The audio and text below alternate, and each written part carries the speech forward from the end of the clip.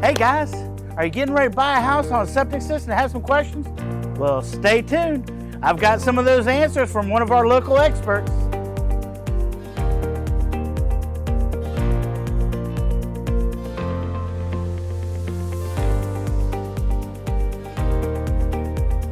Hey guys, today I'm with Mr. Austin Reid with Gray's Septic Service, and he's going to answer a bunch of questions that I've been asked over the years.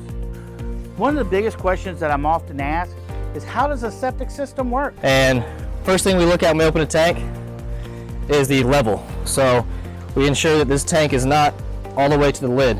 So many people open these tanks and think that these are over full and need to be pumped immediately when they see this, but this is actually proper operating level.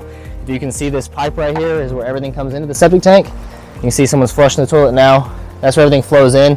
So right at the bottom of this pipe is where you want the level of that tank to be, and that's exactly where it's at. That means the tank is not over full.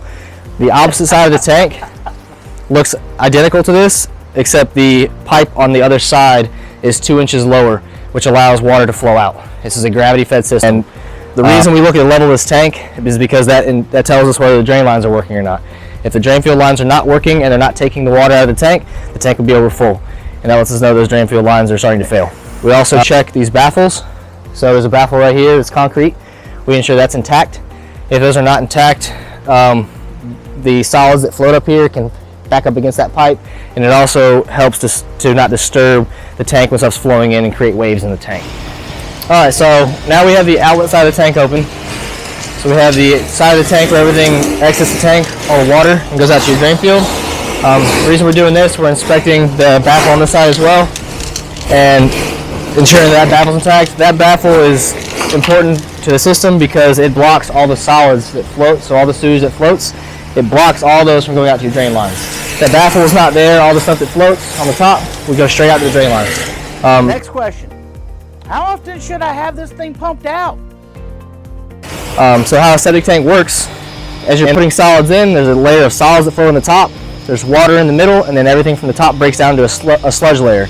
Over time, that buildup on top and the buildup down low starts to both get greater and greater, and it's less and less water in the system, and you start to have the solids overbuild, and you're going to end up starting to get some of those solids that can creep past that baffle possibly if you go too long without pumping your tank. So we recommend pumping these tanks every 3 to 5 years for that reason, is to actually eliminate all the solids out of the tank and reset the tank basically. And you keep talking. Another question, what is a drain field and what is it used for? Okay, so drain fields, the simplest form are big filters in the ground. It's the simplest way you can put it. They're big filters in the ground. They're typically 3 feet wide, and typically they're anywhere from 18 to 36 inches underground, depending on water table and things like that. With this system, the age of the system, this is a rock and pipe system, which means there is a bed of gravel in the trenches they dug out in the yard. There's a pipe that has holes in it, and then more gravel on top. So it's just basically a pipe surrounded by gravel, and the water goes out of the tank into that pipe and pushes out those holes and leaches through those rocks. And so those rocks act as a filter underground, and the water filters out into the ground, dissipates. Now this question is for the more advanced. Why in the world you got a baffle at the back end? And what does it do? Yeah, the reason you don't want solids going out is because the water going out obviously requires porous area for it to go through, like those gravel, and the pipes have the holes and everything.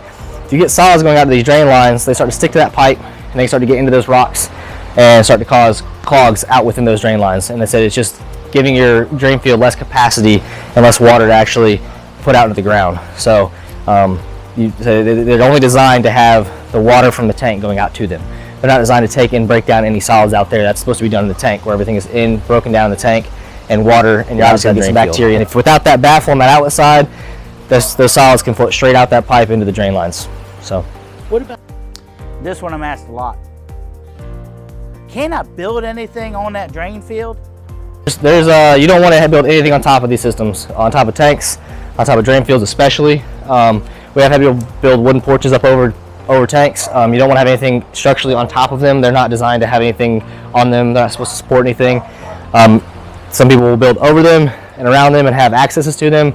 We just don't recommend having anything over them, just for access purposes. If you have a backup clog, it makes it very difficult to get to those and fix your problem if you have an issue with clogs or anything like that.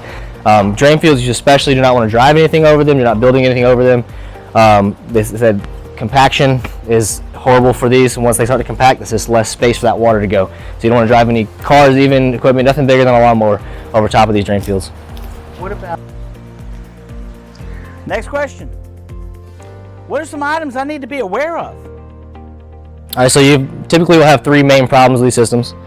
You're either going to have a problem with this inlet pipe or inlet baffle where everything comes in the tank and get blockages here. That's problem number one, or you can have a clogged filter. Once the filter gets clogged, your tank's going to back up, get over full, cause a backup, or your drain lines are going to get backed up and they're not leaching like they're supposed to. That's going to cause your tank to become over full and cause a blockage. So, like I said, there's three problems: blockage here, clogged filter, or drain field issue.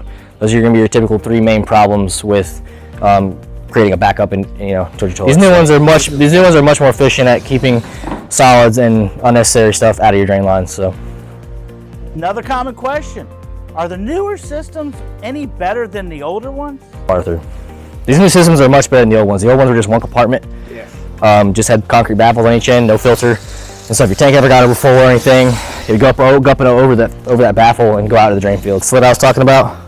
See, there's a wall and there's that slit about halfway down, 3/4 of the way or 1/3 of the way down. Oh. The tank works as floating solids, water level, and then sludge at the bottom. So that's why that slit's in the middle, just to try to let water through. Austin, thank you, brother.